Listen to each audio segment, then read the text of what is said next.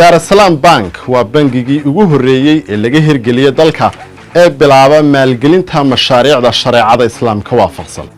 Darussalam Bank waxa uu ku hayaa adeegyada maalgelinta ee kala ah muraabaxa, mushaaraka, mudaaraba iyo ijaara. akoonkaaga Darussalam Bank waxaad si fudud lacag ugu kaydsan kartaa kalana bixi kartaa adigoo adeegsanaya adeegga Kaafi. haddii aanu kuu furnayn hadda furo adeegyada xisaabaadka oo aad ka furan karto akoonnada aad jeceshahay sida current account, account furan, saving account, account kayd ah iyo sidoo kale investment account oo ah account maalgashi.